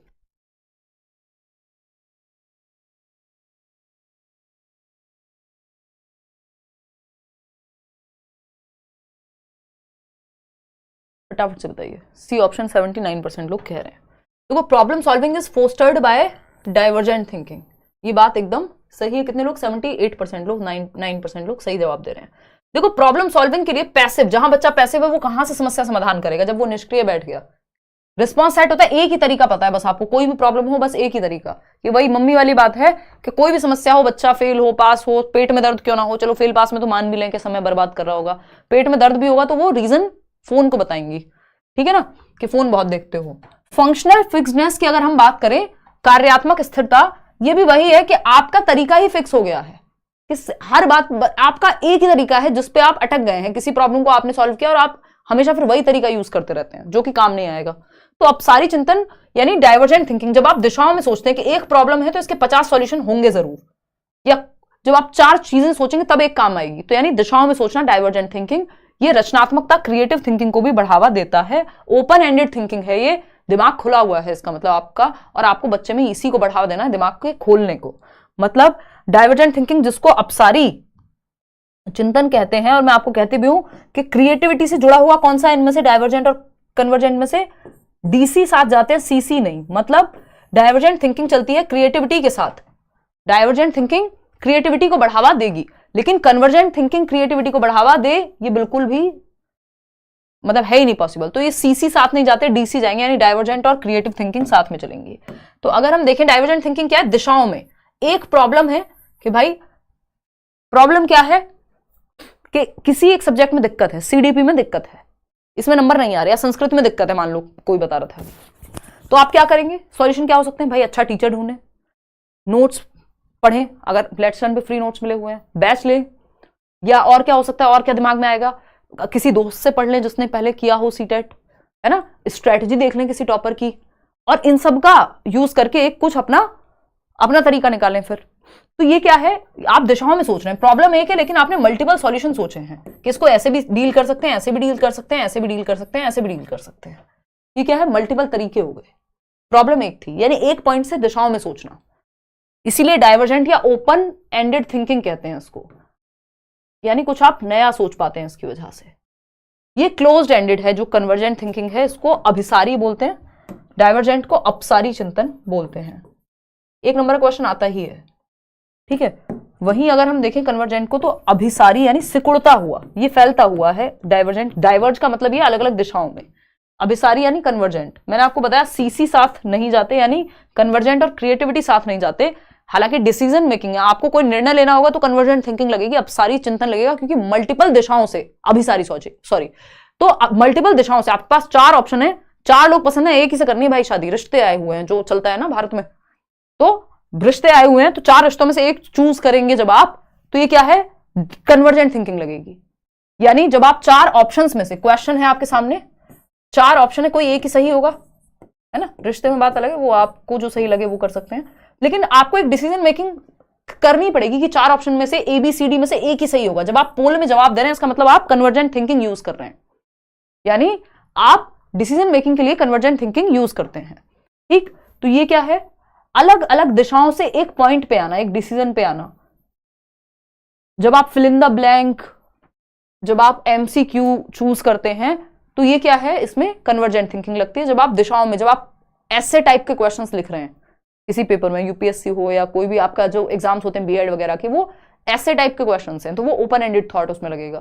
क्लोज एंडेड में ज्यादा ऑप्शंस नहीं होते, आपको ज्यादा ऑप्शन से एक की तरफ आना होता है, और यहाँ एक से मल्टीपल ऑप्शंस की तरफ जाना होता है। अब एक क्वेश्चन है इसी पे, इसीलिए मैंने आपको इतनी देर बताया भी, अब जवाब देना। एक और क्वेश्चन आया हुआ, 2 क्वेश्चन आए हुए हैं इस बार डाइवर्जेंट थिंकिंग पे।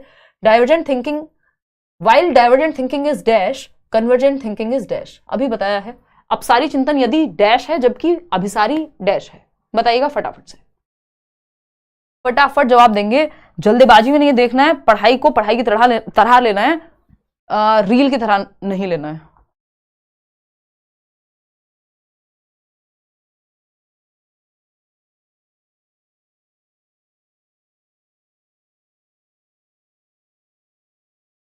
तो 1 मिनट में पढ़ाई नहीं होगी, 1 घंटा लगेगा कम से कम। सी ऑप्शन 79% लोग कह रहे हैं। While divergent thinking dash and convergent is dash, divergent thinking promotes mathematical abilities, वहीं वर्बल एबिलिटीज, इन दोनों का कोई संबंध नहीं है। Promotes verbal abilities, promotes mathematical, ये जबरदस्ती डाल दिया option. Encourages multiple answers, yes yes, multiple answers कौन एनकरेज करेगा, डाइवर्जेंट थिंकिंग, बिल्कुल सही है। And while convergent thinking is fixed on one correct solution. बिल्कुल सही बात है, जब आपको करेक्ट सॉल्यूशन चुनना है तो आपको कन्वर्जेंट थिंकिंग लगेगी, जब आपको मल्टीपल तरीके से सोचना है तो डाइवर्जेंट लगेगी। यही बात तो समझाई थी इतनी देर। Is fixed on one correct solution नहीं, डाइवर्जेंट थिंकिंग कहां फिक्स्ड होती है एक पे, नहीं, मल्टीपल सॉल्यूशन की तरफ जाएगी। तो सी ऑप्शन, जब कई उत्तरों को अपसारी फैलता हुआ चिंतन प्रोत्साहित करता है, जबकि जो अभिसारी है वो एक समाधान की ओर जाता है, तो सी ऑप्शन सही है। क्वेश्चन नंबर 23, थोड़ा सा स्पीड बढ़ा लेते हैं। क्वेश्चन नंबर 23 है, which of the following would not be characterised as formative assessment, यानी रचनात्मक मूल्यांकन नहीं माना जाएगा। एक होता है समेटिव असेसमेंट, जहां पे रिजल्ट या जजमेंट बेस्ड कितने परसेंट नंबर आए इस पे ध्यान होगा जनरली। टर्म एंड पे होता है, यानी ईयरली या आपका हाफ ईयरली। फॉर्मेटिव असेसमेंट है जहां आपको एक्टिविटीज के थ्रू जांचा जाए, पेपर पेंसिल टेस्ट की ज्यादा जरूरत नहीं पड़ती। तो कौन सा सही नहीं माना जाएगा रचनात्मक मूल्यांकन में? An assessment task that is helpful in comparing students as per a standard set of criteria. ये समेटिव है कि बोर्ड्स में इतने फाइनल में इतने परसेंट 33% नंबर नहीं आए तो फेल हो जाओगे। पेपर पेंसिल टेस्ट होता ही समेटिव में है। एक मूल्यांकन कार्य जो मानदंड के मानक पैमाने के अनुसार छात्रों की तुलना करने में सहायक हो। इवन समेटिव में भी नहीं होना चाहिए ये जो स्टैंडर्ड टेस्ट होते हैं आपके वहां जाना चाहिए, लेकिन ये फॉर्मेटिव में तो बिल्कुल नहीं होगा, समेटिव के किसी प्रकार में पॉसिबल है। तो यही गलत है, क्योंकि कंपैरिजन के लिए नहीं होता, फॉर्मेटिव तो होता ही फीडबैक के लिए है। An assessment use to identify misconception, कहां कमी रह गई है, शुरुआत में कहां दिक्कत थी, पुराने में क्या कमी रही, ऑनगोइंग फीडबैक, ये सब सही है, लेकिन एक ही है जो बच्चे के पक्ष में नहीं है, वो है ए ऑप्शन, जो कि गलत है। तो ये CCE से था क्वेश्चन, ठीक है ना। ओके, क्वेश्चन नंबर 24 देखिएगा फटाफट। क्वेश्चन नंबर 24, 5-6 सवाल और हैं। विच of the following is a characteristic of effective feedback in classroom? उपयोगी प्रतिपुष्टि की एक विशेषता कौन सी, यानी बेहतर फीडबैक, जो काम आए आपके, जो फीडबैक टीचर से मिला हुआ। It is only focused on the outcome, कितने परसेंट नंबर आए सिर्फ उस पे, तो फिर पता कैसे लगेगा इंप्रूव कहां होंगे। It is timely and specific, यानी जब आपने गलती की, जब टेस्ट लिया गया, आपको समय से बता दिया गया और स्पेसिफिकली बताया गया कि आपकी कमी कहां है। जब कोई कहता है मुझसे कि क्लास में तो समझ आ जाता है, खुद से करते हैं तो दिक्कत होती है। क्वेश्चन खुद से सॉल्व करते हैं तो सॉल्व नहीं होते, क्लास में समझ आ जाते हैं। इसका मतलब एक तो पॉजिटिव बात यह है कि आपको समझ आ रहे हैं क्वेश्चंस। कमी कहां है इसमें? दो ही चीजें हो सकती हैं, या तो आपने प्रैक्टिस कम की है, या आपको क्वेश्चन पढ़ के समझ नहीं आता जब आप खुद से पढ़ते हैं, है ना। और ये दोनों चीजें आपस में जुड़ी हुई हैं प्रैक्टिस से ही। जितनी आप प्रैक्टिस करेंगे, पढ़ के समझेंगे ध्यान से, ठीक है ना। तो टाइमली और स्पेसिफिक, यानी एक तो समय से मिलना चाहिए, और स्पेसिफिक, जहां जरूरत हो वहां। टाइमली का मतलब ये है, और जिस तरह से एग्जैक्ट बताया जाए। सिर्फ एंड में होना चाहिए नहीं भाई, पूरे साल चलाओ आप। ब्रॉड एंड जेनरिक, जेनरिक होगा तो समझ ही नहीं आएगा।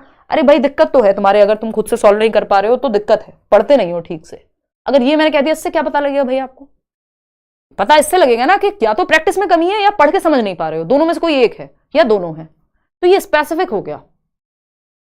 तो बी ऑप्शन यहां पे सही था। क्वेश्चन नंबर 25 देखिएगा फटाफट से। गार्डनर का क्वेश्चन है इंटेलिजेंस का।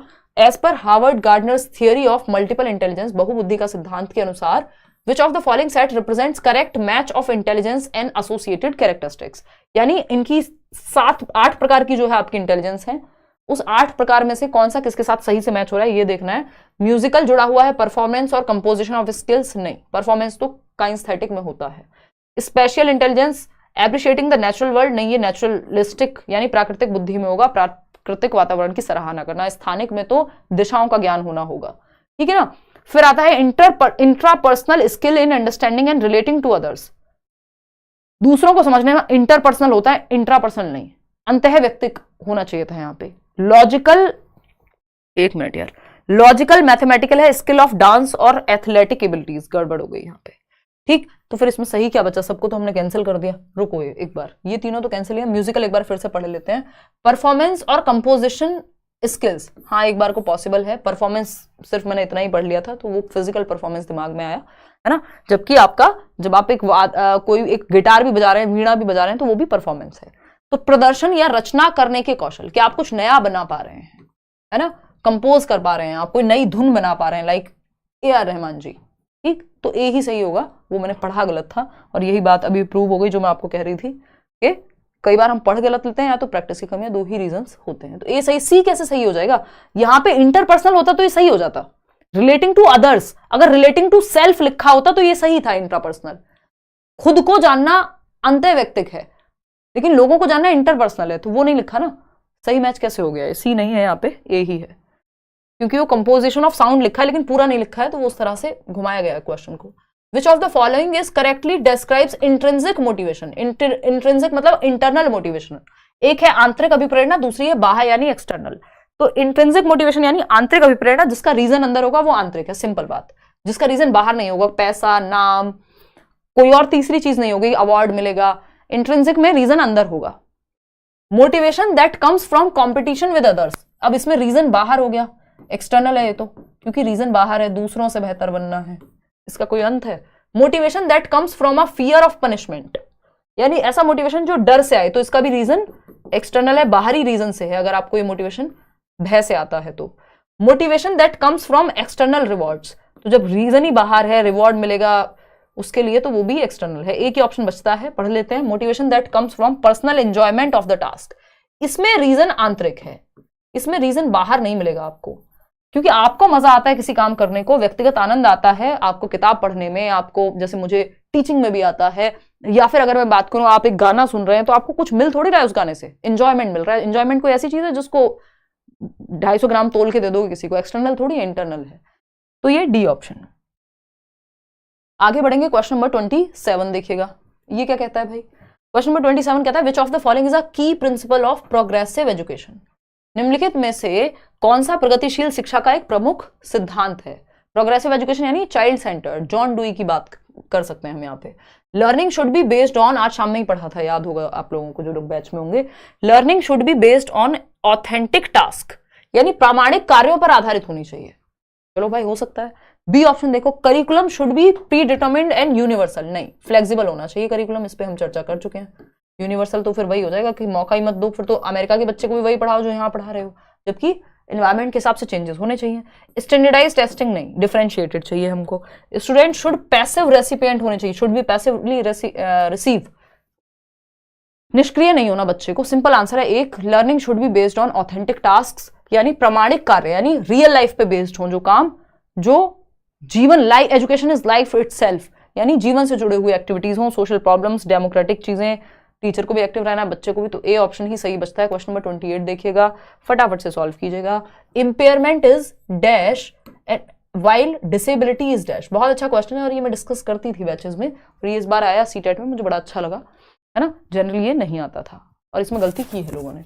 बाध्यता यानी इंपेयरमेंट एक ऐसी स्थिति है डैश, जबकि अक्षमता एक ऐसी स्थिति है। अब इसको इंग्लिश में पढ़ेंगे तो ज्यादा बेहतर रहेगा, है ना। देखिएगा, इंपेयरमेंट क्या है। इंपेयरमेंट होता है, आप लोग कह रहे हैं ऑपरेटिव, क्रियात्मक, नहीं यार, एक्टिविटी करने में जो दिक्कत है उसको इंपेयरमेंट नहीं कह रहे हैं। बायोलॉजिकली यदि कोई दिक्कत है, यानी मान लीजिए हाथ नहीं है व्यक्ति का, या हाथ कट गया, भगवान ना करे ऐसा हो, बट हो गया, ऐसा कोई एक्सीडेंट हुआ और हाथ नहीं है, ये आर्म नहीं है या फिर ये हैंड नहीं है, तो ये इंपेयरमेंट है, ये बायोलॉजिकल है, ये शारीरिक स्थिति, शारीरिक है एक तरह से, सामाजिक नहीं है, ये बायोलॉजिकल है। बात तो सही है। डिसेबिलिटी क्या है। डिसेबिलिटी जो ये बायोलॉजिकल कंडीशन है, ये इंपेयरमेंट है कि हाथ नहीं है व्यक्ति का, इसकी वजह से वो लिख नहीं पाएगा, ये डिसेबिलिटी है। हाथ का ना होना इंपेयरमेंट है, हाथ के ना होने की वजह से कोई काम ना कर पाना डिसेबिलिटी है। और जो समाज में हाय हाय इसका तो हाथ नहीं है, इसको तो ये कहो, इसको तो वो कहो, ये तो बेकार है, ये सब हैंडीकैप है। तो हैंडीकैप क्या समाज बना देगा। डिसेबिलिटी किसी काम को करने में दिक्कत, इंपेयरमेंट है जो बायोलॉजिकली फिजिकल दिक्कत है किसी को, शारीरिक, तो चाहे वो बाद में किसी एक्सीडेंट से हुई हो, चाहे वो किसी भी वजह से, चाहे बाय बर्थ हो सकती है किसी को कि आंख से दिखाई ही नहीं देता था मान लो किसी भी रीजन से, तो वो फिर इंपेयरमेंट, उसकी वजह से कोई काम नहीं कर पा रहा इंसान, तो डिसेबिलिटी। लोगों ने सोशली बना दिया तो वो हैंडीकैप। ठीक, होपफुली ये बात आपको अच्छे से समझ आई होगी। फंक्शनल यानी काम करने में, देखो मैं सिंपल बताती हूँ, डिस्लेक्सिया में तो कोई फिजिकल दिक्कत होती नहीं है। मानते हैं एक व्यक्ति है जिसको लोकोमोटर डिसेबिलिटी है, यानी बचपन से उसका एक पैर काम नहीं करता, और मतलब थोड़ा उसकी शेप वैसी है कि वो उतना मजबूत नहीं हुई, मसल्स या whatever the reason is, but physically impaired है वो, यानी वो व्हील चेयर या फिर जो आपकी बैसाखियां होती हैं उनसे चलता है, क्योंकि एक पैर ठीक से डेवलप नहीं हुआ था। तो यह बायोलॉजिकल दिक्कत जिसको इंपेयरमेंट कहेंगे, इसकी वजह से उसको चलने में दिक्कत होती है, फंक्शनल एक्टिविटी में दौड़ने में दिक्कत होगी, वो है डिसेबिलिटी। जब समाज ये कहे हाय रे ये तो इसका तो एक ही पैर है, ये है वो है, तो वो हैंडीकैप बन जाएगा, वो सोशल एस्पेक्ट हो गया। आगे बढ़ेंगे क्वेश्चन नंबर 29, फटाफट से देखिएगा क्या पूछा क्वेश्चन नंबर 29 है। सेकंड लास्ट क्वेश्चन है आज के लिए। Which of the following are examples of scaffolding, यानी आलंबन या पाड़ जिसको हम कहते हैं, ढांचा, टेम्परेरी हेल्प, अस्थायी मदद, स्कैफ फोल्डिंग, जहां बच्चा अटके वहां मदद देने का उदाहरण कौन सा है, फटाफट से बताओ। हाँ बिल्कुल सही बोला तरुण, सीटेड वालों ने भी क्रिटिकल थिंकिंग करके हम लोग के लिए क्वेश्चंस बनाते हैं अब, ताकि हमारा टाइम वेस्ट हो जाए। हाँ, और आपका टाइम वेस्ट नहीं, अगर आपने दिमाग बहुत यूज किया होगा तब जाके आप समय बचा पाएंगे। अब पेपर में क्वेश्चंस मुश्किल बनते हैं। थिंक, मतलब सारे नहीं ऑफ कोर्स, लेकिन पहले से तो मुश्किल ही है अगर आप देखेंगे लैंग्वेज। थिंक लाउड, यानी बोलकर सोचो, जोर जोर से बोल बोल के सोचो, खुद से बात करके सोचो। ये हाँ ठीक है, कई बार बच्चा होता है ना दोबारा से खुद से बात करेगा, अच्छा ये नहीं ऐसे नहीं ऐसे, तो उसको याद आ जाती है चीजें, तो ये चीज हेल्प करती है। ठीक है।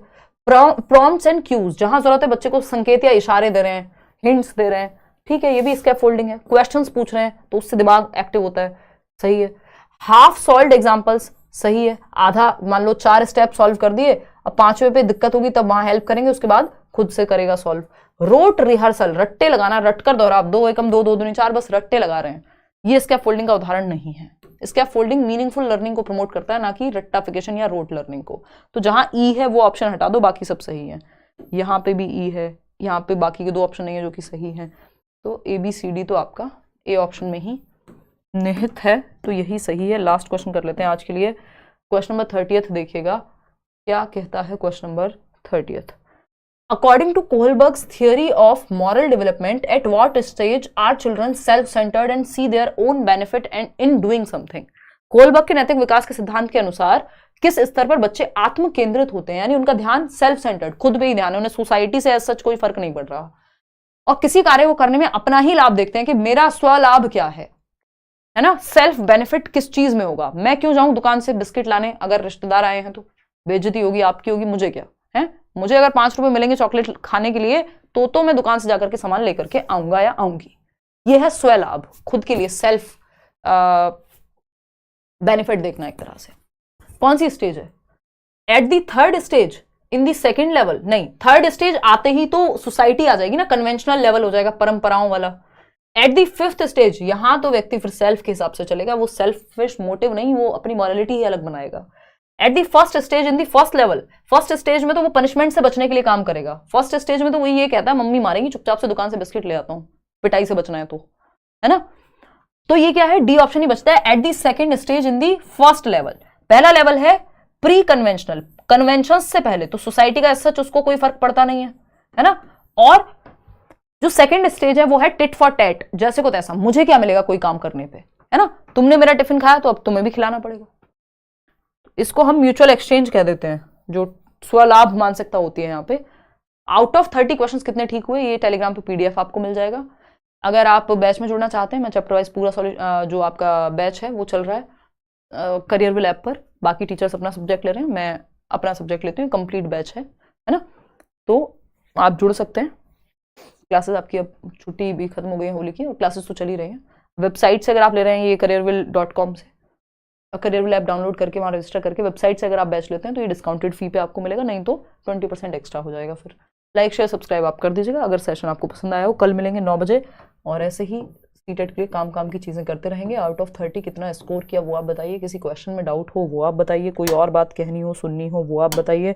9 बजे मैं कल कोशिश करूँगी कि शुरू कर दूँ क्लास, है ना, कि लेट ना हो, नहीं तो 11 बज ही जाते हैं फिर।